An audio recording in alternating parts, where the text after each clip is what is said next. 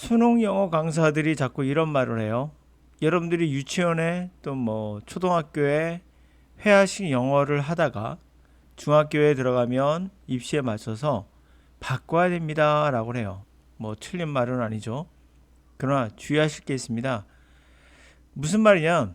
영어라는 것을 독해와 리스닝과 회화로 나눠본다면 왜 영어 강사들이 특히 리스닝 회화에서는 흥미로운 내용을 학습하세요 라고 할까요? 뭐 어린아이한테 뭐 영어 동화라 아니면 성인들한테 미드 같은 것을 권하잖아요. 왜 꼭 흥미로운 내용을 하라고 할까요? 이것은 사실은 포기하지 말라는 얘기거든요. 포기하지 않는 가장 좋은 방법은 재미있을 때예요. 그러면 지속을 하면 될 거란 얘기죠. 그러나 또 하나 숨어있는 사실이 있습니다. 포기하지 않는 건 정말 중요한 팩트예요. 이건 변함없는 겁니다. 재미도 그 역할을 할 수 있겠죠. 그러나 이 말에 또 뭐가 숨겨 있습니까? 학습 방법에 대해선 안 나와 있어요. 나는 방법은 모르겠는데 포기만 하지 않으면 너는 할 수 있어. 이 말이 숨겨져 있는 거예요. 틀린 말도 아니에요. 자, 그러나 왜 이렇게 해야 되는지에 대해서는 반드시 얘기를 해줘야 돼요. 그러나 이렇게 말하는 분들의 특징은 잘 모른다예요. 그러나 이게 정답인 것 같다는 거죠. 자, 인간을 설득하는 방법은 세 가지가 있다고 했죠. 로고스, 논리로 설명하고, 페이타스, 감정으로 설득하고, 이타스, 정신교육하는 거죠. 자, 논리 설득은 영어에서는 문법, 구문독해나 어원같이 문장에 대한 단어에 대한 설명하는 거예요. 이것은 논리적으로 설득이 가능하죠. 특히 이것을 주로 많이 하는 게 수능 영어, 특히 입시에 관련된 영어에서는 이런 방법을 많이 씁니다. 그리고 이게 정답이라고들 본인들이 이야기를 합니다. 두 번째는 재미나 흥미를 강조하는 분들이 있어요. 이런 분들은 반대쪽이 있고요. 수능 영어보다는 회화나 또는 성인 영어에서는 그런 또는 아동 영어 되겠죠. 아동 영어에서는 이런 쪽을 강조합니다. 그래서 이렇게 회화나 성인이나 아동 영어를 강조한다는 분들은 꼭 옆에 있는 사람들을 까요. 여기를. 시험 위주의 영어는 좋지 못하다라고 이야기를 하죠. 그럼 재미와 흥미의 영어는 그러면 좋은 영어인가? 그럼 왜 재미와 흥미가 있어야 되죠? 말하면 이들도 말 못해요. 그냥 포기하지 않는 방법만 얘기하는 거예요. 과연 그럴까요? 여러분들이 뭔가 재미와 흥미만으로 가능할 것 같습니까? 가능한 부분도 있어요. 그러나 뭔가 되고 있을 때 우리가 진척한다는 느낌 때문에 또 포기하지 않는 부분도 있겠죠. 또 뭐, 그리고 세 번째, 정신 설득이죠. 자, 논리로, 문법으로 또는 구문독해로, 어원으로 뭔가 신기한 거 보여줍니다. 예를 들면 그림으로 영어를 한다든지 아니면 우리가 그 어떤 연상하죠. 뭔가를 통해 연상해서 암기시킨다든지 굉장히 논리적인 설득이 가능하죠. 자, 근데 정신 설득은 뭐냐? 논리로 설득하다가 안 되면 이제 너 대학 가야지.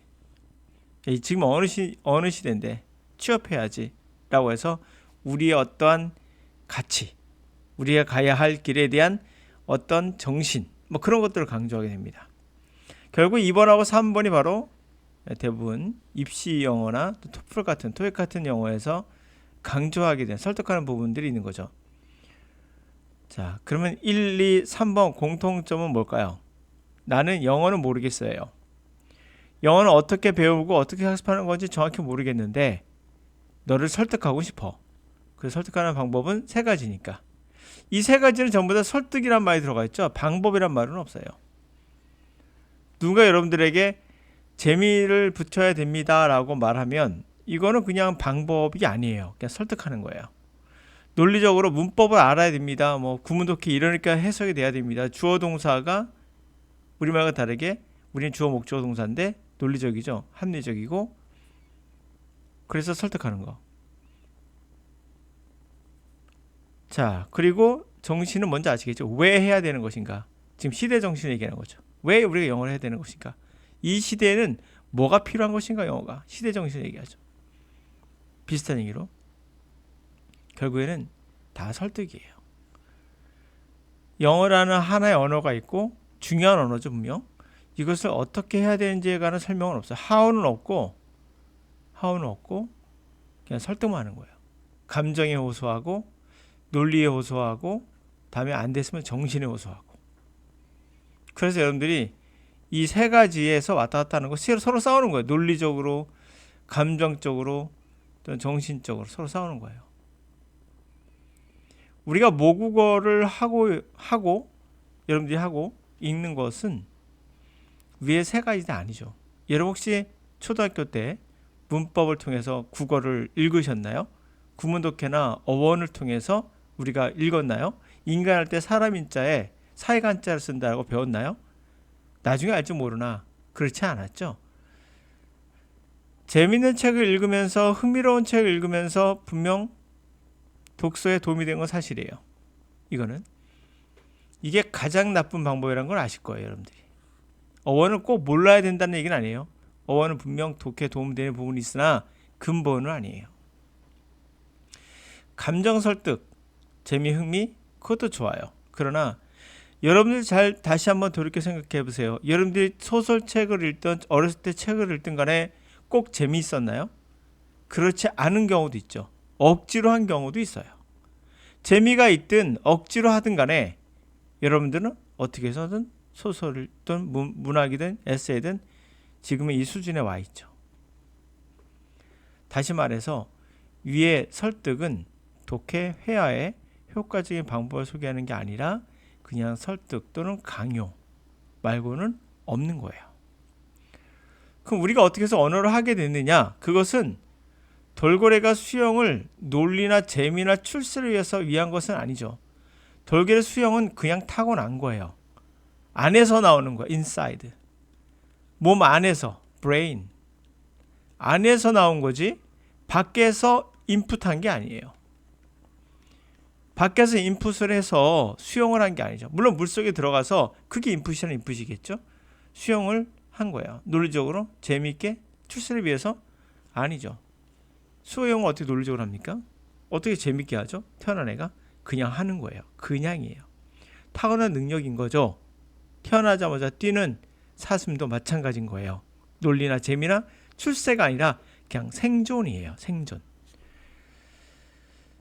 자, 이런 지문이 있습니다. 이 지문을 한번 같이 읽어볼 건데요. 여러분 이 수많은 단어들이 보이십니까? 이 단어 하나를 논리적으로 설명해 볼까요? 또는 이 구조를 설명해 볼까요? 이은 가주어고 투이하는 진주어. 진짜 주어라는 얘기죠. 이건 가주어. 이러면서 논리적으로 설명하는 걸 우리 문법이라고 그래요. 단어 하나하나를 구체적으로 정확하게 찝어줘서 설명해 주는 걸 우리 강의, 단어 강의라고 하죠. 그러나 이거 들어가기 전에 하고 싶은 말이 있어요. 지금 몇 단어입니까? 대략 한 180단어 된다 보이죠? 요 정도 되는 단어 어떻게 이거를 순식간에 읽을 수 있을까요? 우리는. 보시면 알겠지만 단어가 비슷비슷한 것들도 꽤 많거든요. 스페링이 비슷비슷한 것도 많아요. environment, shopping, then 이 단어도 비슷하죠. A만 바뀌는 거죠. 비슷비슷합니다. alternative 보이십니까? alternative. 여러분 다른 단어도 있겠죠? better도 better란 단어가 있죠. 때리다. 이거 하나 바뀌어도 뜻이 바뀐다는 걸 알 수가 있어요. 근데 이것을 정말 무의식으로 우리는 해결한다는 걸 알 수가 있어요. 이게 가능할까요? 이게 아웃풋이죠. 들어오는 거죠. 인풋. 우리 어디 눈에 들어옵니까? 망막에 들어오는 거예요. 그럼 망막이 100% 순수하게 이 단어를 보고 이건 이런 거구나 해서 뇌로 보내겠죠. 그렇게 생각하십니까? 그렇지 않아요. 자, 이 문제 한번 같이 보도록 할게요. 모든 이러한 것들은 make sense of otherwise extremely puzzling fact. 모든 이러한 것들은 이런 것들이 그렇지 않으면 극단적으로 난해한 사실을 우리가 이해할 수 있게 해줘요. 모든 이러한 것이. 뉴로사이언스 커넥션. 자, 뉴럴 커넥션스 러닝 top down, from deep inside the brain through the sensory peripheries greatly outnumber those carrying information inwards. 다시 말해 우리 신경망이 탑다운 방식으로 움직인다는 거예요. 탑다운 방식으로. 깊은 내 안에서 나온 탑다운 방식으로 이 감각의 예상, 주변부를 쪽으로 가는 이 연결, 그것이 그러한 내부에 들어오는 정보를 뛰어넘는다는 거죠. 그게 무슨 말이냐? 예를 들어서 적어도 90%의 인풋이 LGN에 들어오는 것이 사실은 LGN 좀 얘기해 줄게요. 안에서 밖으로 나오는 거다. 이거 놀라운 사실이죠. 그 기원은 훨씬 더 깊은 내 안쪽에서 기원하고 있다. 무슨 말일까? 자, 우리 눈이에요. 뭔가 인풋이라는 단어가 들어왔어요. 그럼 얘가 이제 신경세포에서 이제 내 대뇌 피지를 옮길 거 아니에요. 올리기 전에 중간 뭐를 거쳐요. 요 뒤에 있는 거, 얘가 LGN이에요. 얘를 거쳐서 가는데 여기에 들어오는 정보가 인풋이라는 정보가 들어왔다 가정해봐요. 그러면 90%가 저도 90%가 이 정보가 그대로 가는 것이 아니라 내 안에서 그 정보를 만든다는 거예요. 이것을 그대로 연결하는 게 아니라 내부 내 안에서 끄집어내서 이것을 판단하고 분석해 가지고 간다는 거예요. 다시 말하면 이 인풋으로 결정되는 것이 아니라 이 안에 우리 머리 안에 뭔가가 있고 이거 판단하는 능력에 뭔가가 있고 얘가 탑다운 방식으로 지시하는 거죠. 예? 그러므로 해서 지금 이 모든 것들은 이 어휘들 좀 어려웠죠, 여러분들? 결과적으로 말씀드리면 여러분들은 모든 것이 무의식적으로 해결된다는 얘기를 하고 있는 겁니다. 결과적으로 말씀드리면. 그래서 지금 독해를 하실 때 여러분들이 뭐 재밌게 하냐, 뭐 문법적으로 하느냐 이런 것도 중요하겠으나 이거는 그냥 하나의 도구일 뿐이에요. 설득하는. 본질적으로는 영어는 어떻게 한다고요? 탑다운 방식으로 공부해야 된다는 거예요. 탑다운 방식은 뭐죠? 우리 내 안에 이미 분석 능력이 있다. 언어에 대한. 그러니까 얘한테 그냥 보여주기만 해라. 그런 얘기예요. 그럼 탑다운 방식 특징이 뭐냐? 1 플러스 1은 2잖아요. 이것은 그냥 탑다운 방식이 아니라 여러분이 알고 있는 바텀업 방식이에요. 도하기죠. 예를 들면 이 단어를 알고 time 그리고 think라는 단어 알고 small이라는 단어 알면 1 플러스 1 플러스 1이니까 3이 되잖아요. 그 산술적으로 계산하는 거거든요. 이렇게 하는 것이 탑다운 방식이에요. 그러나 만약에 1 플러스 1을 하려는데 중간에 안에 뭔가가 있고 우리가 모르는 뇌에 뭔가가 있고 얘가 이것을 도와줘서 7이 되는 거예요.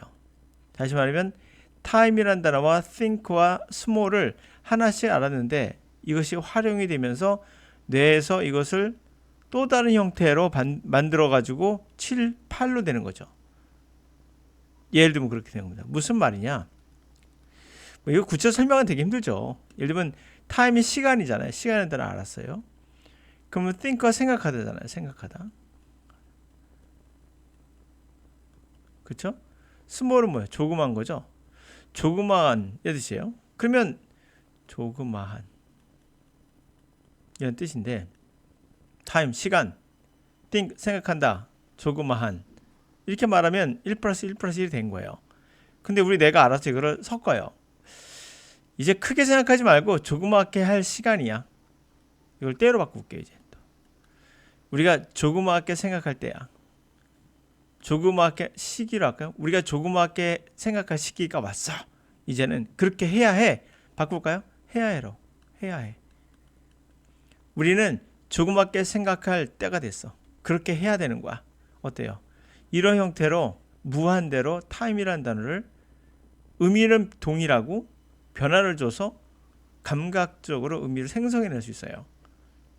그래서 우리 AI가 바로 챗GPT나 AI가 그런 형식으로 되어 있는 거예요. 그러나 여러분들이 배웠던 영어는 전부 다 그런 형식이 아니라 바텀업 방식이에요. 타임은 시간 딱 정해주고, 그러고 나서 이것은 시간이 아니라 또는 때란 뜻도 있어. 그럼 때. 그래서 1번 시간, 2번 때, 3번 뭐뭐뭐 해가지고 단어를 다 외우는 거야. 1번부터 5번까지 예를 들면. 그런 형식을 우리가 바텀업 방식이라고 해요. 근데 실제 인간은 말씀드린 대로 그렇지 않다는 거죠. 이미 우리 뇌 안에 들어가 있고 이것을 창조적으로 만들어내요. 그래서 우리가 챗 GPT 할 때 G자가 generative예요. 생성형. 생성이 뭐죠? 만든다는 거예요. 생성형. 없는 걸 만들어낸다는 거예요. 생성형. 있는 걸 알려주는 게 아니야. 생성하는 거야. 그래서 챗 GPT의 G가 그겁니다. 가보죠.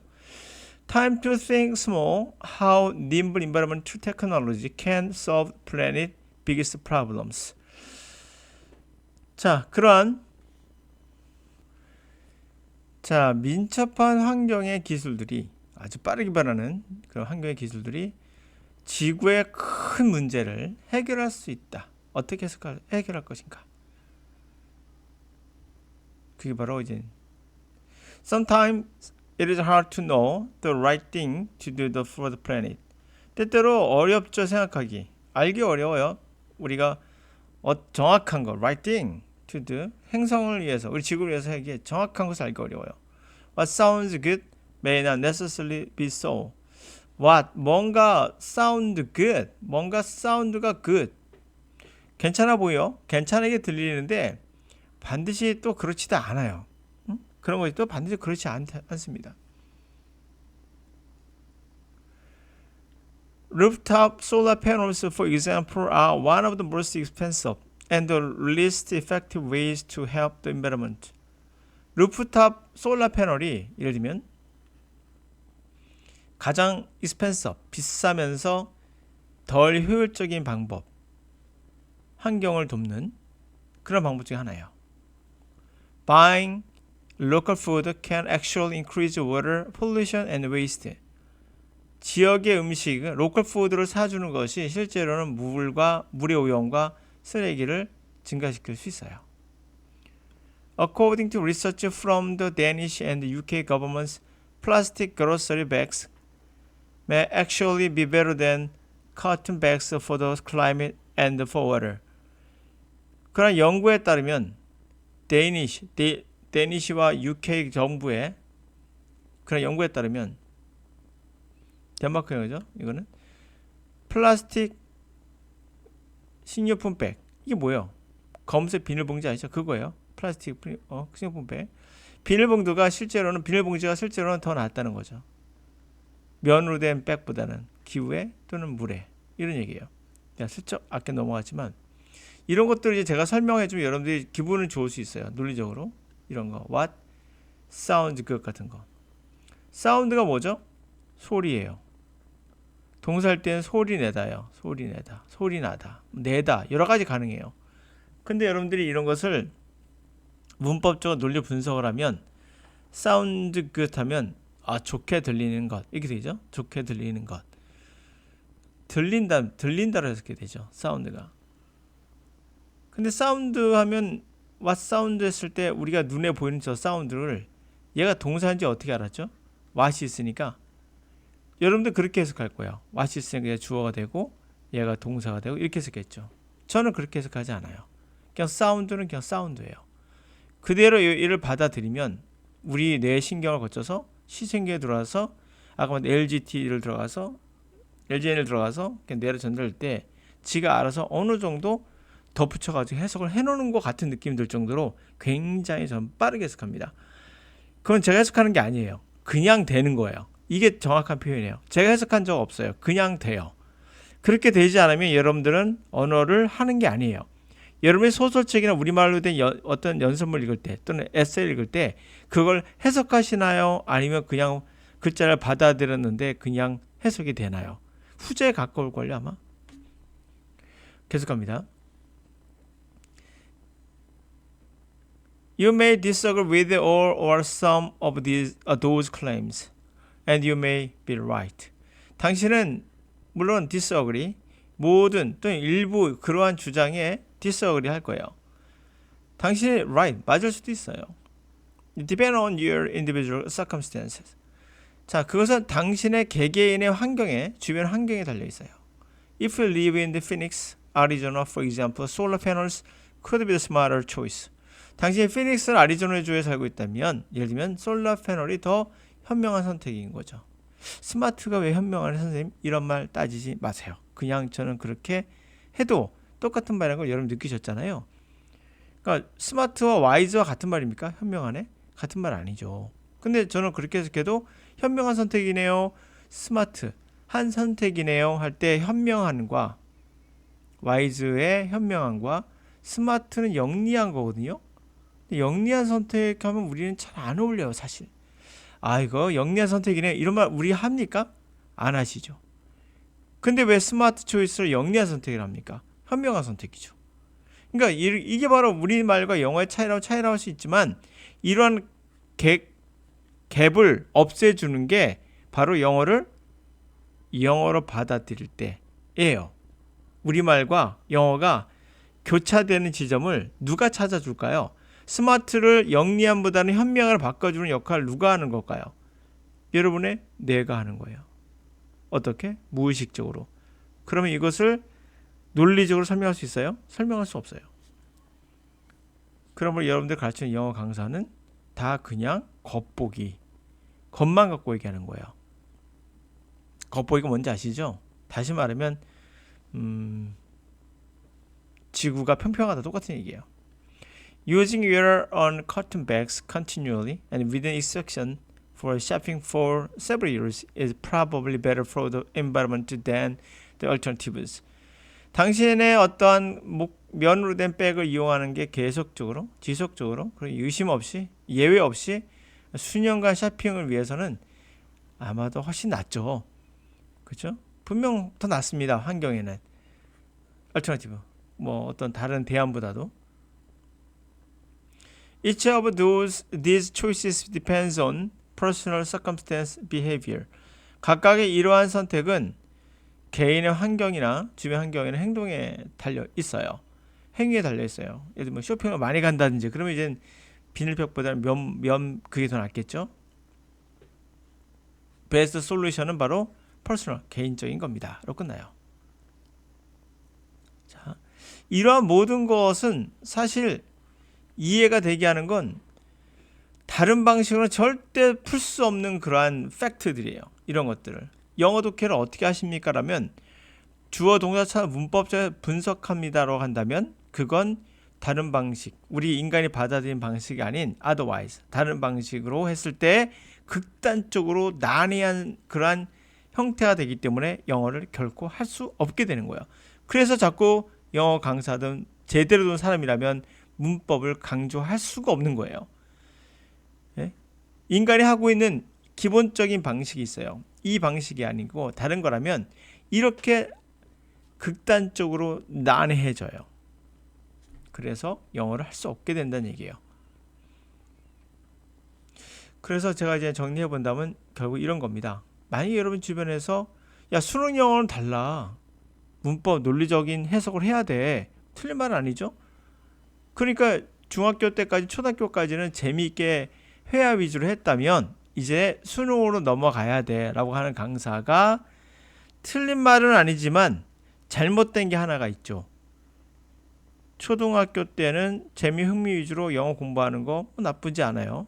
그렇다고 중고등학교 때 갑자기 문법 공부하라는 게 왜 영어 독해와 관련이 되는 걸까요? 관련 없어요, 여러분. 문법과 독해와는 관련 없어요. 근데 갑자기 여기까지 맞고 그 다음 게 틀린 거죠.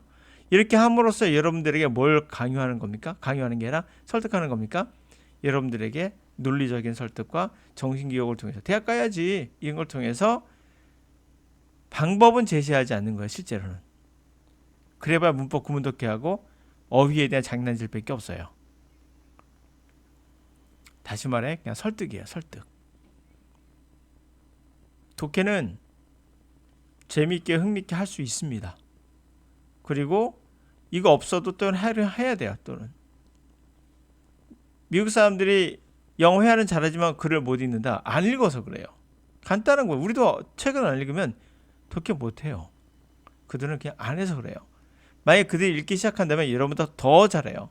그러니까 초등학교 때 재미 유지, 흥미 유지 회화를 하셨다면 나쁘지 않아요. 그러나 이젠 재미없어도 글을 읽어야 돼요.